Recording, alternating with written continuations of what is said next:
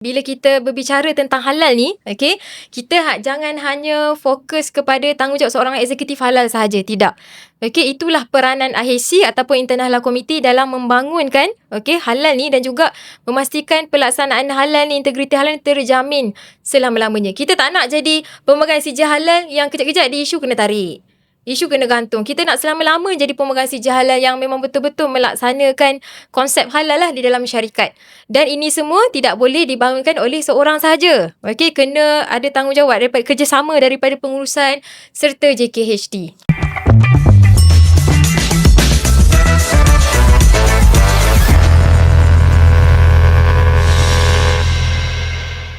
Assalamualaikum dan salam sejahtera. Selamat datang ke episod ke-8 Beyond Halal, yang dibawakan khas oleh Unity Halal Center, penyedia latihan halal terbaik di Malaysia.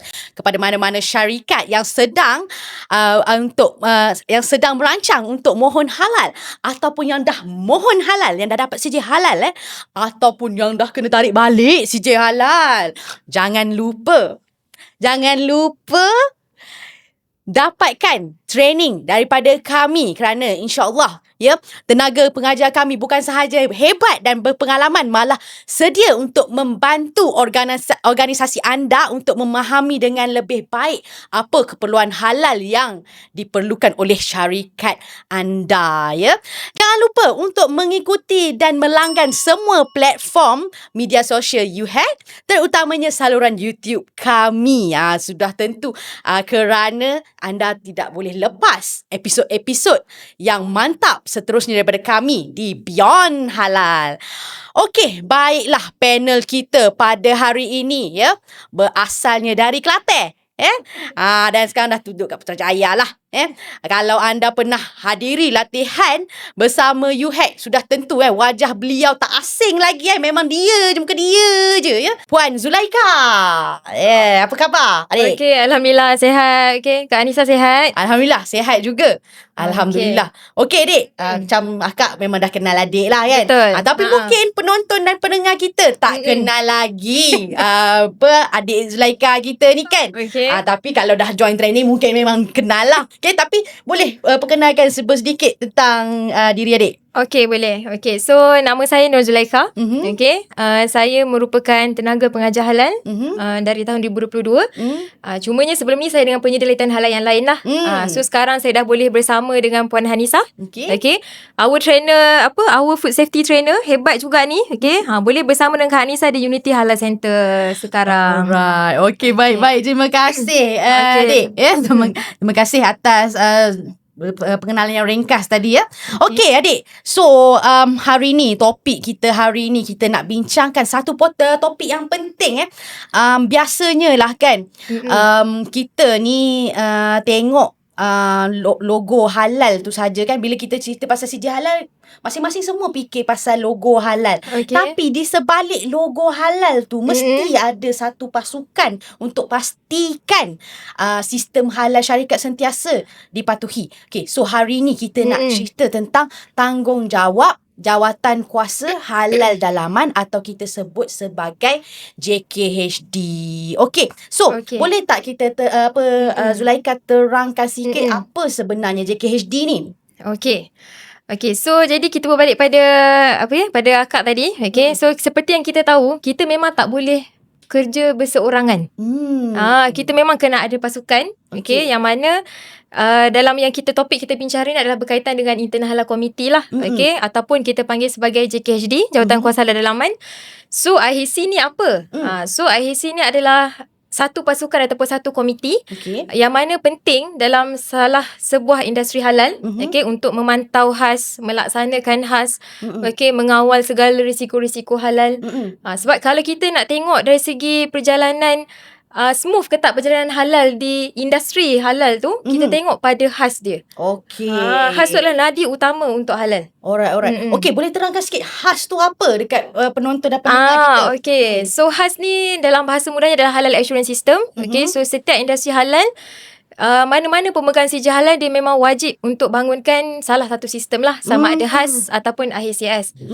Disebabkan topik kita hari ni adalah khas, maka wujudlah Internal Halal Committee. Alright. Ha. Okay, adakah semua syarikat Mm-mm. perlu ada JKHD ataupun IHC ni, ataupun syarikat-syarikat tertentu sahaja yang perlu, Zulaikha? Okay. So, jadi bukan semua syarikat pemegang sijil halal perlu ada JKHD ataupun IHC. Hanya syarikat bersaiz besar dan juga sederhana. Okay, so Acik Kiyah tu selamat lah. Okay. Makcik-makcik Rukiah selamat. Tapi kalau makcik Rukiah nak juga, tak ada masalah. Lagi bagus. Betul. Integriti halal tu Yeah. lagi terjaga, betul tak? Betul. Okay. Alright. Okay, Zulaikha. Siapa yang biasanya ada dalam JKHD ni? Siapa dia punya team member? Kan. Ramai ingat hanya halal eksekutif sahaja yang penting dalam IHC ni. Oh, bukan? Bukan. Okay. So, sama juga bila kita sebut jawatan kuasa dalaman, maksudnya adalah satu pasukan, satu komiti. Okay, yang mana akan ada yang pertama, chairman lah. Okay, ataupun kita panggil pengerusi kepada IHC. Yang kedua, kita ada halal eksekutif. Okay. Yang ketiga, wakil bahagian pembelian. Okay. Yang keempat, wakil bahagian pemprosesan. Alright. Tetapi, ramai yang ingat hanya 4 ini sahaja. Sedangkan kalau kita buka MHMS, kita tengok ada keperluan khas pula untuk serta industri. Biasanya kalau untuk manufacturing, okay, dia biasanya kena tambah seorang lagi. Okay. Seorang lagi tu? Siapa tu? Iaitu wakil R&D. Wakil R&D. Kalau untuk yang macam hotel, untuk food premise, kena ada F&B chef, F&B manager ataupun head chef. Itu pun perlu dilantik sebagai JKHD juga. Okay. Tapi sebenarnya tak tertaluk kepada 4 dan tambah 1 tadi kan. Kalau setiap department nak hantar wakil pun boleh juga lah. Boleh, tak ada masalah. Asalkan management boleh bagi full commitment. Okay. Dah ada bajet lah. Kan. Kena tengok juga sufficient resources lah. Okay, alright. Baik. Terima kasih, adik. Okay, jadi pihak pengurusan punya sokongan tu sebenarnya sangat penting, betul tak? Sangat penting. Okay, sangat penting. So, jadi kalau kita susah nak dapat komitmen daripada management, maka susahlah kita nak melaksanakan hal dalam syarikat. Sebab tu saya banyak kali pesan pada industri, kalau boleh chairman ni, okay, kalau boleh chairman untuk IHC ni, better kita cari seorang decision maker lah. Okay, sebab apa? Sebab chairman dia merupakan jambatan kepada top management. So, kalau boleh kita nak seseorang yang suara dia didengari, okay, yang mana apa-apa nak propose kepada management mudah. Senang. Sebab kita tahu JKHD ni pun bukannya senang kan. Nak dapat kata sepakat, nak uruskan tentang halal. Betul. Bukan senang. Okay, cakap pasal chairman tadi. Boleh ke non-Muslim jadi chairman? Boleh, tak ada masalah. Tetapi dia diberi keutamaan kepada Muslim. Tetapi andai kata bila kita masuk satu syarikat tu, kita tengok tak ada yang sesuai lah. Okay, mungkin tak ada yang sesuai untuk jadi chairman, maka halal eksekutif pun boleh juga menjadi chairman. Okay, ataupun non-Muslim pun boleh juga jadi chairman. Okay. Baik. Okay. Alright. Okay. Baik, sekarang kita dah faham lah ya, apa itu JKHD, siapa yang terlibat dan kenapa jawatan kuasa ni sangat penting ya. Rupa-rupanya JKHD ni bukan nama dekat dalam chat tu je kan? Bukan. Okey, so lepas ni kita akan kupas pula.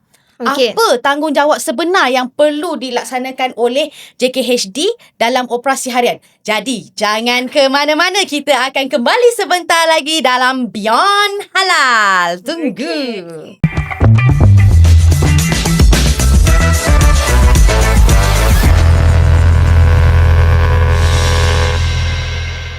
Okey, selamat kembali ke Beyond Halal Podcast. Jangan lupa like dan subscribe YouTube channel Unity Halal Center dan follow semua platform media sosial kita ya. Untuk mendapatkan training halal terbaik ya di Malaysia. Bukan sahaja training halal, malah training food safety sekalipun kita ada juga. Ataupun tuan-tuan dan puan-puan ada nak topik-topik tertentu nak kita fokuskan pun boleh contact sahaja kami. Alright, so kita masih lagi bersama dengan Puan Zulaikha dan sedang membincangkan tentang tanggungjawab jawatan kuasa halal dalaman. So, tadi kita dah kenal struktur dan kepentingan JKHD tu. So, sekarang kita nak masuk tugas sebenar diorang ni.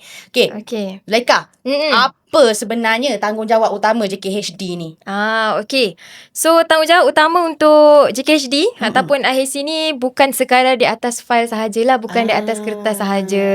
Okay. Biasalah tu pergi mana-mana organisasi, nampak dalam atas kertas cantik kan, jadi masing-masing. Tapi buat ke tidak? Buat kedai tu. Okay. So, jadi peranan sebenarnya adalah salah satunya yang bagi pendapat saya lah. Okay. Antara yang penting adalah untuk kita bangunkan SOP. Okay. Tu salah satunya. Alright. So SOP dalam hal ni ada banyak. Okay. SOP risiko halal. Okay. SOP latihan kan. So lagi pula eksekutif halal pun perlu bagi halal awareness, halal kompetensi kita lah kan. Kita lah trainer. Okay. So itu antara tanggungjawab dia. Selain daripada melaksanakan HAS, okay, yang mana halal assurance system, membangunkan SOP pun salah satunya. Okay. Membuat plan pengurusan risiko halal pun salah satu job scope JKHD. Okay. Nak yang selebih detailnya lagi adalah MHMS. Okay. MHMS memang setiap JD bagi setiap kita cakap ahli IHC tu memang dah lengkap dah dalam tu. JAKIM memang dah membantu sangat dah pihak industri dari segi peranan masing-masing dalam IHC. Alright. Okay, baik. So, macam dalam isu halal ni, of course bahan mentah tu antara perhatian utama untuk memastikan kehalalan sesuatu produk tu kan. Jadi, apa actually peranan JKHD untuk memastikan bahan tu memang betul-betul halal lah, memang legit lah. Macam mana tu, Dek? Okay, so ini saya cerita daripada pengalaman saya lah. Okay, daripada set pengalaman. Saya rasa mungkin Kak Nisa pun tak terkecuali. Sebab ada pengalaman di industri kan? Ya, betul. Okay, before this. Okay, so kalau berdasarkan pemerhatian saya, yang saya kebanyakan kalau setiap kali saya pergi training ni, okay, peserta-peserta ni, diorang suka bercerita, suka mengadu dekat saya lah. Dia bagi tahu kadang-kadang, bila purchaser ataupun procurement yang nak beli bahan mentah, okay, ataupun tukar pembekal ke, dia selalu tak inform halal eksekutif. Aduh. Kena inform lah. Memang kena inform. Sebab kesan dia bila kita tak inform, okay, kita tak tahu halal eksekutif pun tak aware. Ada bahan mentah apa yang baru, apa pembekal apa yang baru. So itu salah satu kekurangannya jugalah. Sebab tu dari segi pemilihan bahan mentah ni memang kena dapatkan kerjasama daripada semua JKHD. Alright. Okay, so kalau procurement nak beli bahan mentah, memang kena inform halal eksekutif. Sebab apa halal eksekutif ni dia nak kena masukkan dalam sistem MAI halal, nak kena maklumkan kepada autoriti kan, ada bahan-bahan mentah dan sebagainya. Kalau ada ubah bahan mentah kena maklum. Bukannya mudah tu nak tambah-tambah buka sistem halal, macam main tambah aja. Ingat dah dapat halal okey lah. Tidak. Mudah sangat tu. Mudah sangat Mudah sangat tu. Okay. Alright. Okay. So kalau macam itu dari segi bahan mentah lah kan. Okay. Macam mana pula dengan operasi harian? Macam mana JKHD pantau? Ada barang pemantauan ke? Okay. So selain daripada dari segi documentation lah kita cakap kan. JKHD juga antara komiti yang terpenting dalam melaksanakan audit halal dalaman. Tapi secara cross audit lah. So kita nak tengok sehari-hari tu dari segi pemerintahan operasi tu berjalan ke tidak, dilaksanakan ke tidak. Itulah pentingnya ada audit halal dalaman. Conducted by halal eksekutif lah bersama dengan IHC. Secara cross department lah, cross audit. Itu pentingnya. So jawatan kuasa dalaman ni bukannya kita cakap jawatan yang atas kertas sahaja, bukan jawatan yang kosong mudah je, tidak. Sebab saya tengok kebanyakan industri ni kalau dari segi international standard, okay, food safety yang standard yang lain, sangat betul-betul titik berat kan. Ada audit HACCP je dah takut. Tetapi bila pasal halal je, okay, macam mana tu? Tiba-tiba pasal halal je tak ada siapa pun yang kalut sangat. Tu kita tak nak. So di situlah pentingnya kewujudan IHC. Kita pun nak sama juga. Sebab halal ni pun level macam international standard juga. Betul. Logo halal Malaysia nombor 1 di dunia kan. Betul. So kita bukannya lebih kepada food safety sahaja. Okay, food safety pun penting. Kita pada trainer food safety di sini. Tak marah dan hati? Tak. Kita saling melengkapi. Betul. Okay, JMP dengan halal saling melengkapi, saling seiringan. Sangat. Dia seiringan. Betul. Sebab halal itu bukan kita halal Malaysia ni bukan sekadar bahan mentah je kan. Ya, betul. Dia halalan toyiban. Ya, betul. Sekali dengan part food safety tu. Bukan food safety saja, kita ada 9 skim, tapi keselamatan kepada pengguna tu. Betul. Okay. Okay. Right. Okay. So itu dari segi operasi harian, perlu ada audit dalaman untuk pastikan operasi harian tu berjalan dengan Betul. baik lah kan. Okey, macam mana pula dengan latihan? Adakah semua pekerja perlu memahami tentang latihan halal? Macam mana? Okey. So jadi selain kita nak tingkatkan pematuhan operasi tadi, sebab tu penting juga untuk staff bahagian operation ni especially lah, lagi bagus sebenarnya kalau semua. Especially untuk join halal awareness training. Itu pun salah satu dari segi pematuhan juga. Requirement daripada JAKIM. Training kita pun yang penting ada halal awareness, halal kompetensi. So halal awareness ni boleh disampaikan oleh halal eksekutif lah. Ataupun saya boleh kita promote Puan Hanisah pun boleh untuk halal awareness. Tetapi kalau kita contohlah, kalau kapasiti industri tersebut ada banyak sangat pekerja, kan, banyak sangat pekerja, mungkin nak hantar keluar tu mungkin dia agak susah sikit lah nak hantar ke training provider. Mungkin ada kekangan sedikit. So itulah function halal eksekutif untuk bagi training secara internal lah untuk staff bahagian operation. Satu lagi training penting. Apa tu? Apa tu training apa tu? Halal kompetensi. So siapa tadi yang kena join halal kompetensi? Topik yang kita bincangkan sekarang itu IHC lah. Internal halal committee sangat penting, sangat wajib untuk join untuk menghadiri halal kompetensi setiap 3 tahun. Yang halal awareness tadi? Halal awareness pun sama setiap 3 tahun. Alright.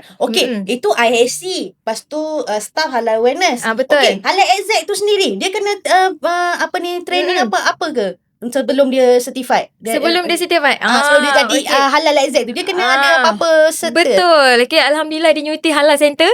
Kita ada professional executive halal training. Betul betul. Tak terbalik Tak. Professional executive halal training. Dan kami ada beberapa trainer halal.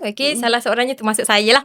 Yang mana kita sebelum seseorang executive halal tu dapat dulu CJ kompetensi, you all kena join dulu kursus kita selama beberapa hari. Bila kita dah buat exam dan sebagainya, barulah you akan dapat lah CJ sebagai eksekutif halal. Alright. Tu eksekutif halal. Yang audit-audit tadi, dia nak kena buat dapat sedia apa-apa juga ke boleh je audit macam tu? Tidak boleh. So kena dapatkan kursus apa? Boleh join kita punya professional internal halal auditor. Betul. Professional internal halal auditor training. Puan Hanisah pun salah seorang trainer untuk internal halal auditor juga. Alright. Terima kasih. Adik jadi banyak kan tanggungjawab JKHD dan banyak kompetensi training yang perlu tuan-tuan dan puan-puan join para peserta dan pendengar. So daripada pembelian bahan mentah sampailah ke pemantauan dan latihan.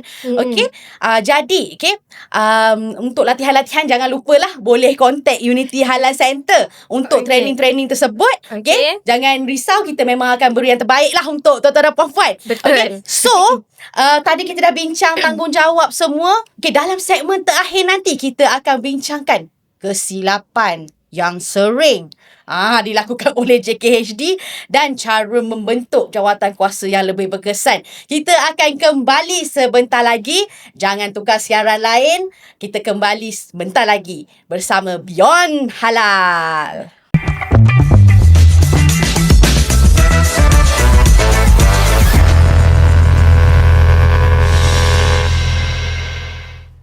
Selamat kembali ke segmen terakhir Beyond Halal yang dibawakan khas oleh Unity Halal Center, penyedia latihan halal terbaik di Malaysia. Jangan lupa like dan subscribe, especially kita punya YouTube Unity Halal Center. Zulaikha, so berdasarkan pengalaman adik mengendalikan latihan lah, apa kesilapan yang sering dilakukan oleh JKHD? Bagi satu lah. Kesilapan yang sering dilakukan, salah satunya adalah bila macam saya dah explain dah tadi, serba ringkas tadi. Yang mana pematuhan ni hanya pada kertas sahaja. Aduh. So kita tak nak lah macam tu. Kita nak kalau boleh memang mencerminkan amalan yang sebenar. Satu. Okay. Ah. And then kita pun tak nak bila dah dekat waktu audit.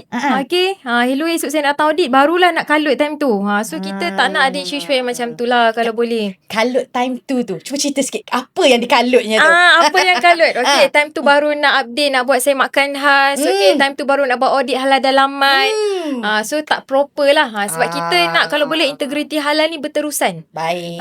Itulah function JKHD. Okay. Kan? So itulah. So dekat audit baru kelang kabut nak cari file. Betul. Baru nak kemas kini dokumen. So macam tu tak okey lah. Macam ada pengalaman? Pengalaman saya lebih kurang. Lebih kurang. Macam tu lah. Biasalah. Macam tu lah. Tapi tak boleh dipraktiskan tak kan? boleh. Tak boleh. Walaupun Dia menjadi norma kebiasaan, tak boleh lah. Dia jadi macam mana? Dia jadi you akan burn out tau. Benda Betul. tu patutnya kena sedih. Maknanya you write what you do, you do what you write. Kena sentiasa amal lah apa yang dibuat tu. Sebab bila kalau last minute jadi ia sebenarnya menipu. Kan? Betul. Kita tak naklah menipu, kita nak amalan sebenar. Ya, sebut pasal menipu ni, JKHD ni ataupun kita cakap halal eksekutif lah secara keseluruhan organisasi halal ni, okay, amanah you all pikul tu sangat berat. You nak bagi makan dekat orang makan makanan halal ni. Okay, servis yang halal, makanan yang halal. So, kalau kita buat kerja pun cacar merba, kita pun tak tahu dekat mana dokumen. Okay, last minute baru nak update dan sebagainya. Susah lah. Sebab kerja kita pun salah satu amanah juga. Betul. Okay, demi ummah katanya. Yes, demi ummah. Sediakan makanan halal. Betul. Makanan yang selamat. Dan kita tak nak orang makan makanan kita sakit perut. Betul. So, itu datangnya halalan toilet. Dan nak masuk part safety dia tu. Okay. Jangan masuk lagi. Okay. Jangan sejam jadi. Tu lah sejam pula nanti kan. Okay. So bila kalau buat last minute dia jadi macam tu lah. Dia tak portray apa yang sepatutnya berlaku. Sebenarnya kalau memang buat dari awal, kerja jadi senang. Betul. Betul tak? Betul. Tak boleh gunakan alasan orang lain pun macam tu. Kalau kita ada 100 orang yang buat macam tu, contoh, biarlah kita ni jadi orang pertama yang tidak buat. Betul. Okay, kerja adalah amanah lah kan. Kita jadi orang pertama yang memang betul-betul nak menjaga integriti halal, susun dokumen betul-betul, SOP memang dibangunkan, pelaksanaan khas. Okay, lagi-lagi pelaksanaan khas lah. Okay, so jadi macam saya lah kan, baru balik daripada seminar JAKIM. Kita ada 3 hierarki ni. Dari segi takbir urus halal di Malaysia. Alright. So di hierarki yang pertama adalah fatwa. Alright. Sebab fatwa ni dia adalah pemutus undang-undang rasmi lah di Malaysia. Yang kedua kita ada JAKIM, Main Jain. Okay. Yang ketiga, inilah peranan IHC dan juga eksekutif halal. So maksudnya IHC ataupun eksekutif halal ni pun berada dalam hierarki takbir urus halal. Nak cakap penting tak penting? Penting tak? Penting sangat. Sangat penting lah ada dalam hierarki tu. Betul. Okay. Okay. So memandangkanlah JKHD ataupun IHC ni merupakan satu tim yang penting dalam takbir urus halal di Malaysia ni. Okey, macam mana kita nak pastikan JKHD ni benar-benar aktif dan berkesan? Okey. So ramai dalam kalangan industri ni dia hanya fikir halal ni hanya terletak pada tanggungjawab seorang eksekutif halal sahaja. So tidak. Okay, sebab tu yang saya berbalik pada yang point yang saya bagi tadi, pentingnya untuk kita cari pengerusi IHC tu seorang decision maker. Alright. Sangat penting. Kalau kita bagi kepada yang baru, yang maksudnya yang tiada pengalaman, mungkin lah kan, kurang tiada pengalaman lagi dari segi pengurusan halal. Okay, mungkin dia pun nak jadi jambatan kepada top management sangat susah. Kita nak dapatkan komitmen daripada top management ni sangat penting. Betul. Bila tak dapat komitmen daripada management, tu yang jadi macam nak buat latihan pun jadi tak ada. Okay, tak cukup bajet ataupun nak ubah facilities ke, sebab kita nak apply halal kadang-kadang ada certain facilities kita kena renovate ke dan sebagainya kan. Betul. So bila facilities pun nak propose something, mungkin mereka cakap alah halal je pun, halalkan pada bahan mentah. Facilities pun nak kena ubah juga ke? SOP nak kena ada ke? Pekerja musim nak kena cukup ke? So itulah pentingnya peranan IHC untuk tonggak utama lah, chairman tu kepada top management. Okey, baik. Elok management pun kena join halal awareness tu. Ya, betul. Management kena jual halal awareness. So tak adalah dia nak banyak tanya kan, kenapa macam ni, kenapa macam ni untuk halal. At least dia tahu nak apply halal ni bukan hanya pada bahan mentah semata. Alright. Okey, kita berbalik kepada yang kita bincang pada segmen 1 tadi kan. Apa ni contoh stok bahan mentah habis kan? Kan? Okay. Apa ni kita biasa beli dengan syarikat A. Betul. Gula lah contohnya gula kan. Okay. Selalu beli dengan dia. Sekali tiba-tiba company tu dapat COVID, satu kilang kena tutup. Okay. Udah dia tak keluarkan short stock dekat luar lah. Okay. Dia tak boleh nak bagilah kita. Lepas tu tiba-tiba macam tadi kata purchaser beli je dekat kedai depan tu. Macam mana nak handle situasi tersebut. Macam mana nak handle kan? Benda pula pasal bahan mentah. Okay, so jadi macam kita tahu dalam JKHD ada seorang ahli itu bahagian procurement. Okay, purchasing. So bahagian procurement tu dia sepatutnya sediakan satu raw mat master list. Satu senarai bahan mentah. Okay. Apa yang syarikat dia gunakan. So andai kata okay, sepatutnya ni aware lah. Semua IHC kena aware. Kalau kita ada beli bahan mentah selain daripada raw mat master list, sepatutnya tidak boleh. Tak boleh Kalau terbeli juga maksudnya kena stop gunakan dulu. Okay, mungkin kalau kita rasa macam nak jadi dia macam backup raw mat in the future, kena dapatkan kelulusan daripada chairman dulu. Okay, halal exact pun kena aware. Barulah kita boleh gunakan bahan mentah yang jenama B tadi. Okay, masukkan ke dalam produk kita lah. Kan, mungkin dia tak ada dalam raw mat master list. So dia jadi konsep dia mudah balik. Berbalik kepada yang mula tadi, yang mana kita kena inform authority yang kita ada nak tambah bahan mentah, ataupun tukar supplier dan sebagainya. Alright. So contoh tadi kan dia beli kat depan itu gula. Ni let's say lah barang tu kan bukan gula, sos lah. Dia ada barang macam-macam kan. Benda tu tak ada dalam raw material master list. Lepas tu short stock. Beli kat kedai depan sebelah tu pula. Sekali bila tengok ada wine. Arak you. Macam mana? Haram lah you. Haram lah. OMG. Okay, haram lah you. Dia tak ada cerita lain. So jadi itulah function kan JKHD kita. Okay, yang mana kita ada 4 orang. Salah satunya adalah wakil bahagian penerimaan. Bila kita nak terima bahan mentah tu, pastikan ikut memang daripada raw mat master list. Okay, yang dihasilkan oleh bahagian procurement. Bahagian operation pula, okay, dia bahagian production ni, dia kena check pula tally ataupun tidak. Dia kena, benda ni kita tak boleh bergantung kepada seorang saja. Okay, yang receive barang kira halal, yang bahagian production pun halal lah ni. Kena buat semakan juga. Itu function dia juga. Dan biasanya bila kita terima barang ni, kadang-kadang kita ada checklist sendiri. Kita pun ada sediakan questionnaire form untuk supplier. Itulah function borang ingredient lah kita panggil kan, untuk kita tanya soalan-soalan. Okay, ada tak bahan mentah yang tidak halal kepada supplier dan sebagainya.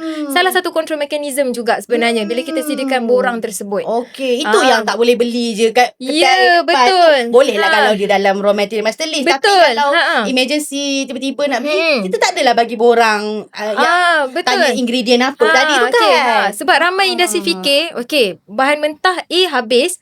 Okay, contohlah cheese jenama A habis. So dia pun pergilah kedai beli cheese jenama B, tapi cheese jenama B pun halal.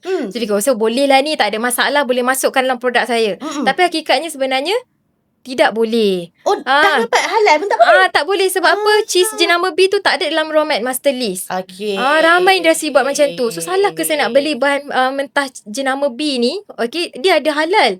Memang ada halal, tapi dalam raw mat master list ada ataupun tidak? Tak ada.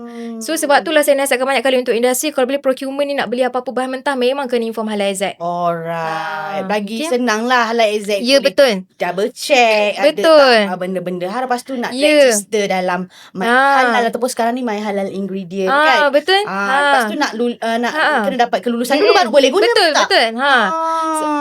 Jadi satu lagi benda yang saya nak tegaskan, bila bahan mentah yang apa yang kita register tak tally seperti apa yang ada di premis, itu pun dah jadi salah satu kesalahan minor dah. Alright. Walaupun minor, orang nampak minor je pun. Tapi kalau dah ulang banyak kali, masih lagi teruskan dengan amalan seperti itu, lama-lama dia akan jadi major juga. Okey, kalau major apa dia punya kesan? Okey. CJ halal boleh digantung lah salah satunya. Alright. So, CJ halal boleh digantung. okay. So kalau gantung tu apa kesan dia kepada syarikat dia apa? Okey. Nak register boleh ke? Betul. Macam mana ke? Kadang-kadang kalau mungkin dia tak buat pembetulan lah. Kan CJ halal digantung ni, salah satu kesan dia, sistem My Halal kita pun akan diblok selama 3 bulan. Okey. Dan sepanjang tempoh tu juga, kalau you hasilkan bahan mentah, produk yang ada halal, okey, kena tutup logo halal tu dulu.